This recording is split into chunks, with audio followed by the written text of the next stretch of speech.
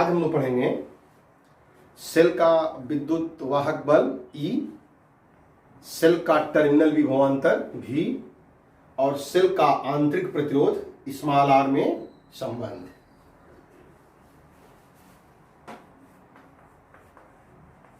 Cell का विद्युत वाहक बल E, सेल का टर्मिनल विभवांतर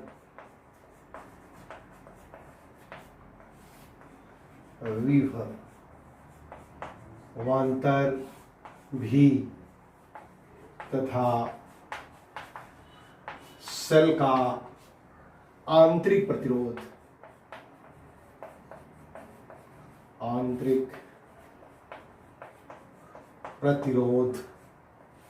स्मॉल r में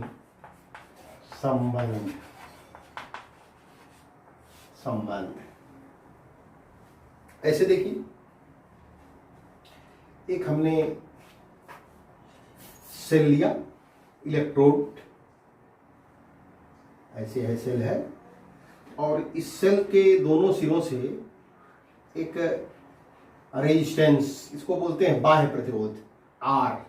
और आपको मैं बार बार बताया हूं कि R का मतलब होता है कि यह कोई विद्युत उपकरण है, जैसे बल्ब है, पंखा है, कूलर है, टीवी है, XYZ कुछ भी हो सकता है। और यहाँ पर एक हमने क्या किया, कुंजी लगा दिया ऐसे कुंजी के, और इसमें कितनी धारा बहेगी इस धारा को नापने के लिए हमने यहाँ पर एक ओमीटर लगा दिया। ओमीटर क्या नापता है, धारा नापता है। और इस सेल के दो सिरे जो हैं, एक पॉजिटिव और एक कैथोड और एनोड होता है, इसके दोनों सिरों पर एक ऐसे लगा दिया हमने, ऐसे, या यहाँ से जोड़ दीजिए ऐसे, इस तरह से एक हमने वोल्ट मीटर लगा दिया है ऐसे वोल्ट मीटर। ये वोल्ट मीटर क्या नापेगा, प्रतिरोध के दोनों सिरों का विभवांतर, या कह सकते हैं सेल के दोनों सिरों का विभवांतर। और सेल का विद्युत वाहक बल कितना है, E, और इसमें से धारा कितनी बह रही है, I। हमें रिलेशन निकालना है E, V और स्मॉल r में संबंध। तो ये हमारा सर्किट है, इसको ऐसे लिख देते हैं। माना सेल का विद्युत वाहक बल E, टर्मिनल विभवांतर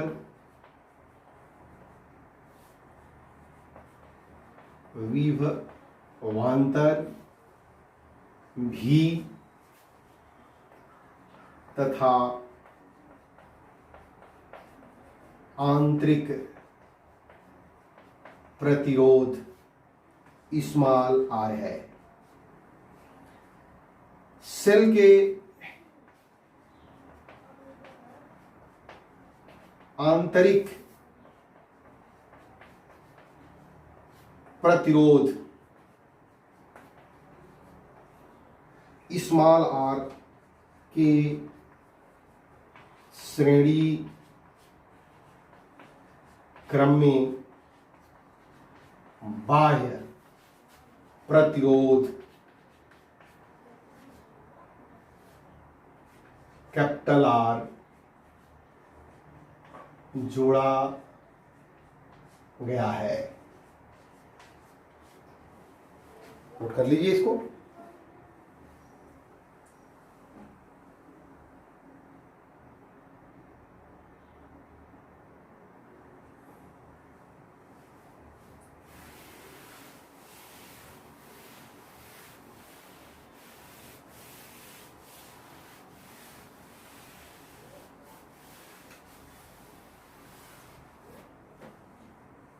एक कुंजी है, स्विच है, जब कुंजी K को बंद किया जाता है तो परिपथ में आई धारा प्रवाहित होने लगती है, जिसको ओमीटर ए से माप लेते हैं।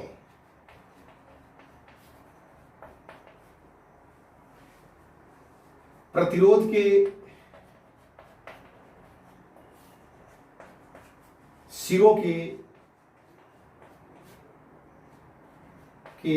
विभवांतर को वोल्ट मीटर से ज्ञात कर लेते हैं। एक चीज आप हमेशा ध्यान दीजिएगा, ये जो अमीटर होता है हमेशा प्रतिरोध के श्रेणी क्रम में होगा, और ये वोल्ट मीटर होता है इस प्रतिरोध के हमेशा समानांतर होगा। इसको आपको ध्यान देना। क्यों ऐसे होता है, ये जब अमीटर और वोल्ट मीटर जब पढ़ाया जाएगा तो वहां बताया जाएगा आपको। लेकिन इतना तो ध्यान रखिए आप, अमीटर को कैसे जोड़ते हैं? अमीटर को श्रेणी क्रम में जोड़ते हैं और वोल्ट मीटर को समांतर क्रम में जोड़ते हैं। किसके? इस प्रतिरोध के। इसको नोट कर लीजिए।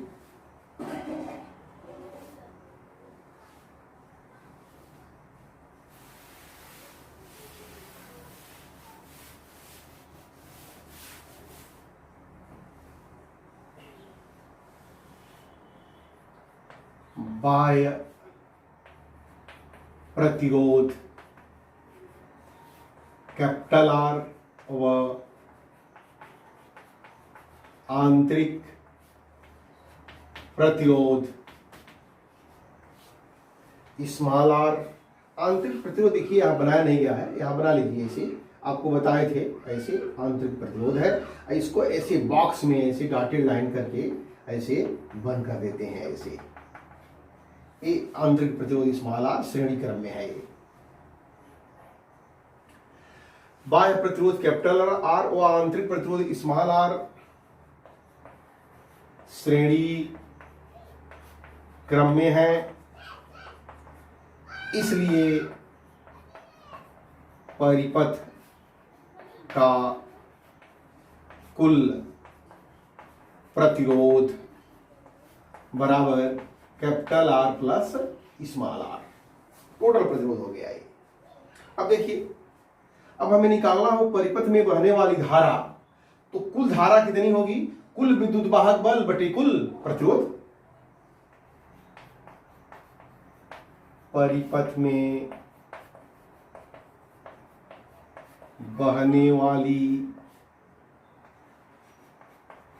धारा, परिपथ में बहने वाली धारा I बराबर, ओम का नियम क्या कहता है? I बराबर होता है V बाई आर। V क्या होता है? विभवांतर। तो इस प्रतिरोध के सिरे का कुल विभवांतर को यहां बोलेंगे विद्युत वाहक बल। तो लिखेंगे कुल विद्युत वाहक बल बटे कुल प्रतिरोध। तो कुल विद्युत वाहक बल, एक ही सेल है, एक विद्युत वाहक बल यानी ई, कुल प्रतिरोध capital R plus small R. या इसको लिख सकते हैं ऐसे, ई बराबर I capital R plus I small R. इसको आप नोट कर लें।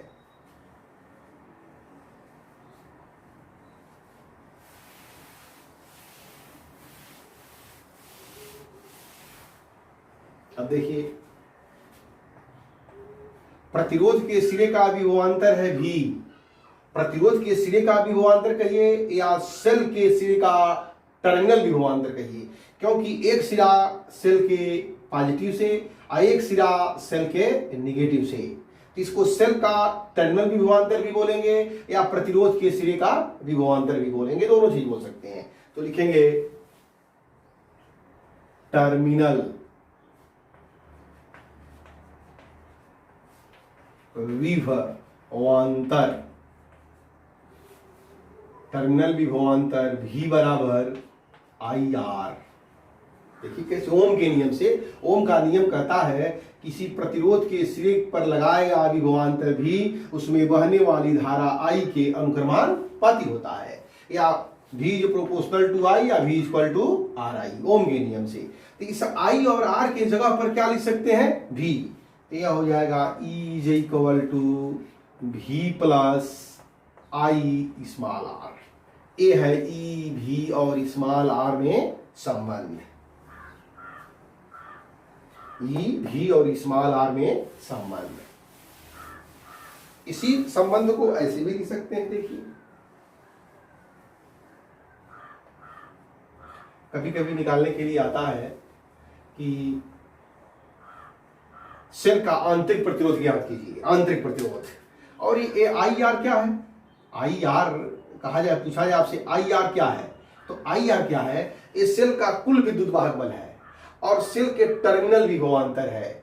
तो ई में से भी जब निकालेंगे तो आई आर क्या होता है, सेल के अंदर जो पोटेंशियल ड्रॉप होता है, पोटेंशियल ड्रॉप विभव में पतन होता है, उस विभव पतन को कहते हैं आई आर। या लिख सकते हैं, अभी उसको दिखा रहे हैं, पहले देखिए यहां से इसको लिख सकते हैं ऐसे, E minus V is equal to I R. हमें ई और भी और आर दिया रहेगा, केवल ई भी आर, आई को हटा रहे हैं, देखिए कैसे। तो यहां से लिख सकते हैं स्मॉल आर बराबर ई माइनस भी अपान आई। और आप जानते हैं ओम का नियम कहता है आई बराबर भी बाई आर। तो लिख सकते हैं स्मॉल आर बराबर ई माइनस भी अपान आर। इसी को ऐसे लिख सकते हैं ई माइनस भी, आर को भेज दे रहे हैं ऊपर और नीचे हो गया भी। या देखिए यह रिलेशन हमेशा याद रखिएगा, स्मॉल आर बराबर ई अपान भी माइनस 1 इंटू आर। ये देखिए सेल का विद्युत वाहक बल E, सेल का टर्मिनल विभवांतर V, सेल का आंतरिक प्रतिरोध R और यह है बाह्य प्रतिरोध R। कभी कभी इन सब चीजों पर भी न्यूमेरिकल्स आता है, इसको भी आपको याद करना पड़ेगा। इसमें दो प्रश्न बहुत अच्छे बनते हैं, पहले नोट कर लीजिए, फिर क्वेश्चन बता रहे हैं आपको।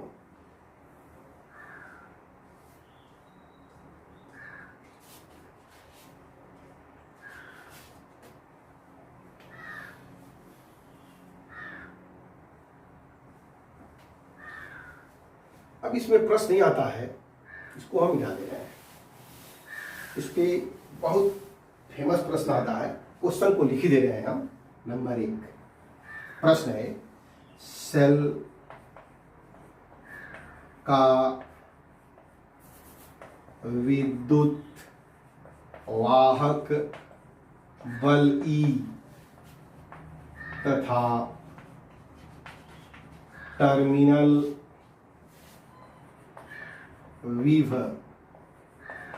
विभवांतर भी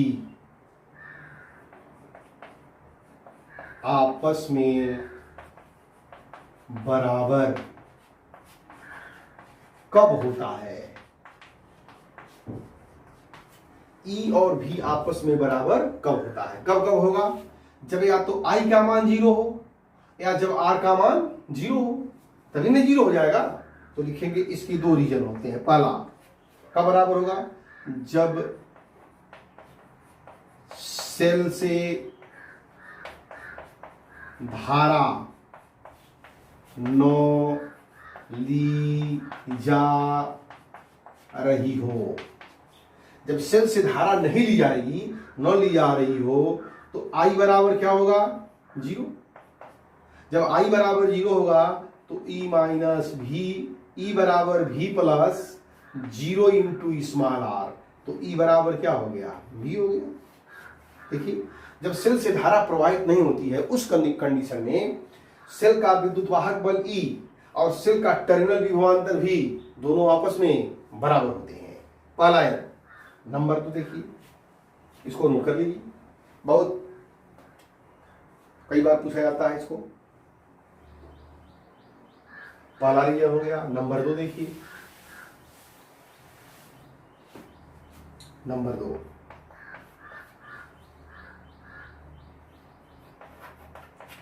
जब सेल का आंतरिक प्रतिरोध स्मॉल r बराबर 0 हो। जब स्मॉल r बराबर 0 होगा तो E बराबर V प्लस आई इंटू 0, आई इंटू 0 0, तो E बराबर क्या हो जाएगा V। दो कंडीशन में E और V बराबर होता है। पहला कब? जब सेल से धारा प्रवाहित न हो रही हो, परिपथ क्या हो, ओपन हो, खुला हो, जो हमने कुंजी लगाया था कुंजी क्या हो, स्विच क्या हो, अप हो। और दूसरा कब? जब सेल का आंतरिक प्रतिरोध 0 हो। इसको आप नोट कर लीजिए।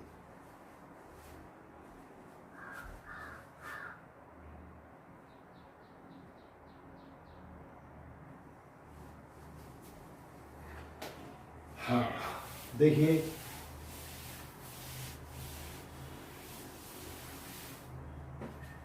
नोट बहुत इंपॉर्टेंट चीज है। नोट, नोट में नंबर 1, जब सेल से धारा ली जाती है तो E बराबर V प्लस आई आर। अभी हम लोगों ने प्रूफ किया, E बराबर V plus I R. Number 1। Number 2, cell दो तरह के होते हैं बताया गया है, प्राइमरी और सेकेंडरी। प्राथमिक सेल वे सेल होते हैं जो रासायनिक ऊर्जा को विद्युत ऊर्जा में बदलते हैं, लेकिन पुनः चार्ज नहीं होते हैं, उठा के फेंक देते हैं खत्म हो जाने पर।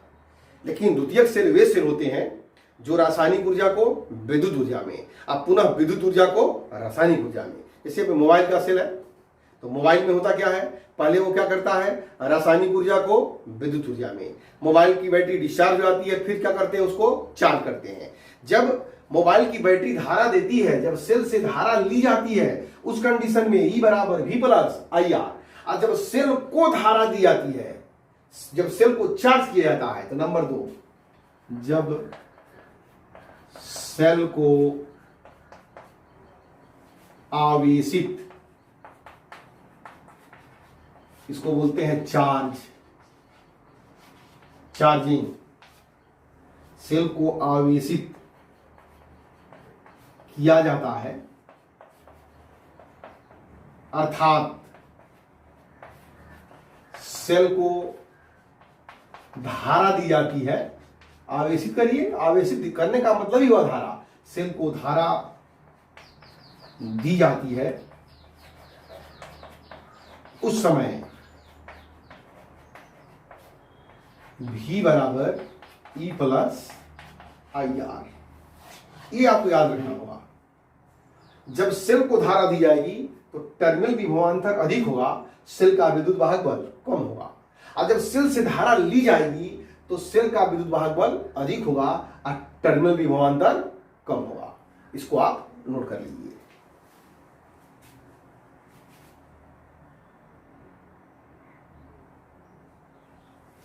नंबर 3 देखिए,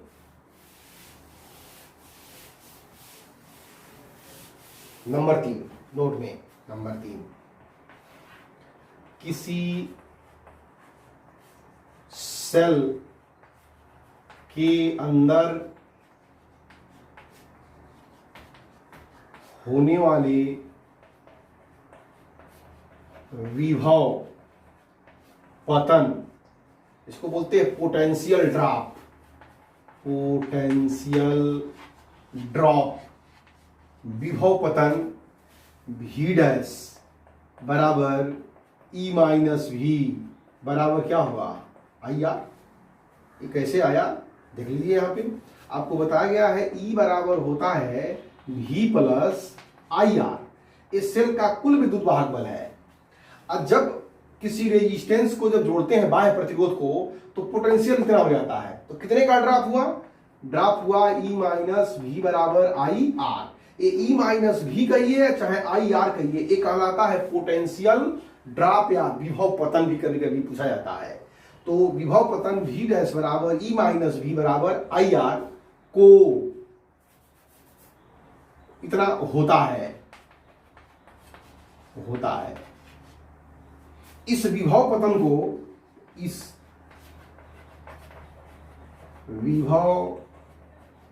पतन को वोल्ट मीटर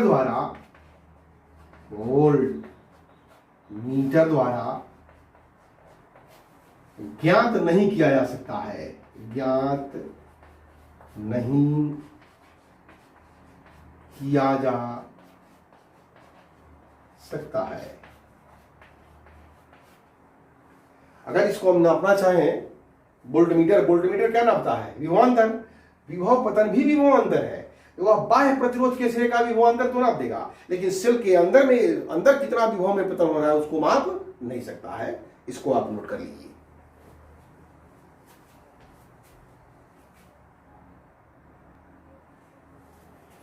देखिए इस पर एक न्यूमेरिकल, एक वैद्युत सेल का खुले परिपथ पर विभवांतर 6 वोल्ट है। इसका मीनिंग समझिए, एक वैद्युत सेल का खुले परिपथ पर विभवांतर 6 वोल्ट है। विभवांतर लिखा है लेकिन खुले परिपथ पर, यानी जब सेल जोड़ा गया उसमें तो खुला परिपथ है, उसमें उससे धारा नहीं बह रही है, और जब सेल से धारा नहीं बहती है उस समय उस विभवांतर को कहते हैं सेल का विद्युत वाहक बल। यानी डायरेक्ट विद्युत वाहक बल न लिख करके कह रहा है कि सेल का खुले परिपथ पर विभवांतर 6 वोल्ट है, तो लिखेंगे ऐसे, सेल का विद्युत वाहक बल E बराबर 6 वोल्ट। देखिए डायरेक्ट विद्युत वाहक बल नहीं लिखा है, विभवांतर लिखा है। आप कहेंगे कि विभवांतर है, नहीं। जब सेल से धारा नहीं बहती है तो उस समय उस विभवांतर को कहते हैं सेल का विद्युत वाहक बल। अभी मैंने नोट में लिखाया भी था, E बराबर होता है V, तो लिखा गया है सेल का विद्युत वाहक बल E बराबर 6 वोल्ट। फिर क्या कर रहा है, और 2 एम्पियर की धारा प्रवाहित करने पर, जब उससे धारा बहती है I बराबर का एम्पियर, 2 एम्पियर, धारा किसमें बह रही होगी? कोई प्रतिरोध होगा, बिना प्रतिरोध का धारा नहीं बहेगा। प्रतिरोध का मतलब या तो बल्ब जल रहा होगा या तो पंखा चल रहा होगा। तो जब 2 एम्पियर की धारा बहती है तो उस समय जो विभवांतर है धारा पर, विभवांतर 4 वोल्ट है, इसको कहेंगे टर्मिनल विभवांतर, V बराबर 4 वोल्ट। सेल का आंतरिक प्रतिरोध ज्ञात कीजिए, स्मॉल r बराबर क्वेश्चन मार्क। फिर समझिए, हमने यहां भी विभवांतर 6 वोल्ट, यहां भी विभवांतर 4 वोल्ट, लेकिन इस विभवांतर को समझना पड़ेगा आपको। जब सर्किट ओपन होता है, ओपन का मतलब खुला हो, और खुला का मतलब स्विच ऑफ है, स्विच ऑफ को बोलते हैं खुला है, ओपन है, तो उस समय धारा नहीं बहती है। जब धारा नहीं बहती है तो उस समय के विभवांतर को कहते हैं सेल का विद्युत वाहक बल। और जब धारा बहने, धारा कब बहेगी? जब स्विच को ऑन करेंगे, और स्विच को जब ऑन करेंगे, धारा जब बहेगी तो कहां जाएगी? बल्ब के अंदर जाएगी, पंखे के अंदर जाएगी, तो उस समय का विभवांतर क्या है? 4 वोल्ट है। तो बताइए कि सेल का आंतरिक प्रतिरोध कितना है? तो आपको फार्मूला बताया गया है, सेल से धारा क्या कर रही है? दी जा रही है, यानी सेल से धारा ली जा रही है। सेल को धारा दे नहीं रहे हैं, धारा ले रहे हैं। तो उस समय का फार्मूला बताया गया है E बराबर V प्लस आई आर। तो यहां से हो जाएगा E माइनस V बराबर आई आर, और स्मॉल r बराबर हो जाएगा E माइनस V बराबर अपान आई का हमने भाग दे दिया। अब वैल्यू पुट कर दीजिए, E के जगह पर कितना रख दें? 6, V के जगह पर 4 और I के जगह पर 2। तो यह हो जाएगा 6 में से 4 जाएगा 2, और 2 में 2 का जब भाग देंगे तो आएगा 1 ओम। चाहे कोई भी प्रतिरोध हो, प्रतिरोध का मात्रक क्या होता है? ओम होता है। तो लिख सकते हैं 1 ओम। इस तरह से इसको आप नोट कर लीजिए।